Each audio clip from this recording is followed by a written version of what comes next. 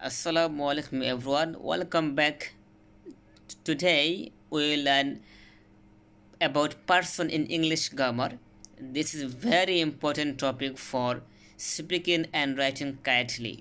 আমরা সবাই জানি পার্সন তিন প্রকার, কিন্তু এটার ব্যবহার বিধি অনেকে আছে জানেন না। আজকে আমি সেই ব্যবহার সম্পর্কে আমি আপনাদের সামনে উপস্থাপন করব।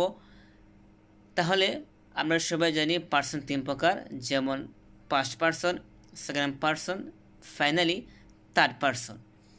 এখন আমাদেরকে মনে রাখতে হবে অবশ্যই ফার্স্ট পার্সন কী ফার্স্ট পার্সন কী যেমন আই, উই, মি, আস, এই সমস্ত ওয়ার্ড হচ্ছে ফার্স্ট পার্সন। সেকেন্ড পার্সন হচ্ছে ইউ এবং ইয়োর। থার্ড পার্সন হচ্ছে হি, শি, ইট, দে, দেয়ার, এই সমস্ত। এখন যদি আমি উদাহরণসহ বলি, যেমন আই এম এ স্টুডেন্ট, আমি একজন ছাত্র, তাহলে এই বাক্যের মধ্যে আই হচ্ছে ফার্স্ট পার্সন। এখন যদি বলি সেকেন্ড পার্সন দিয়ে, তাহলে আমাকে বলতে হবে you are my best friend. You are my best friend, তুমি আমার খুব কাছের বন্ধু বা তুমি আমার খুব ক্লোজ বন্ধু। তাহলে এইখানে হচ্ছে গিয়া ইউ হচ্ছে গিয়ে সেকেন্ড পার্সন। থার্ড পার্সন হচ্ছে হি, শি, ইট, দেয়ার, দে।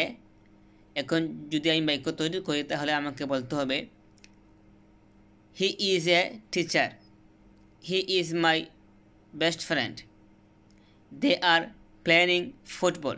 এই সমস্ত বাক্যের দে এবং হি, শি হচ্ছে third person. So actually first person means speaker, অর্থাৎ বক্তা নিজে তার সম্পর্কে সে বলে। সেকেন্ড পার্সন মিনস লিসেনার, মানে যে শুনে। থার্ড পার্সন মিনস আদার্স, অর্থাৎ প্রথম মতো হচ্ছে ফার্স্ট পার্সন এবং সেকেন্ড পার্সন ব্যতীত যা আসবে সবই হচ্ছে third person. Very simple, keep practicing with me and don't forget like, comment and subscribe my channel for more English grammar lessons.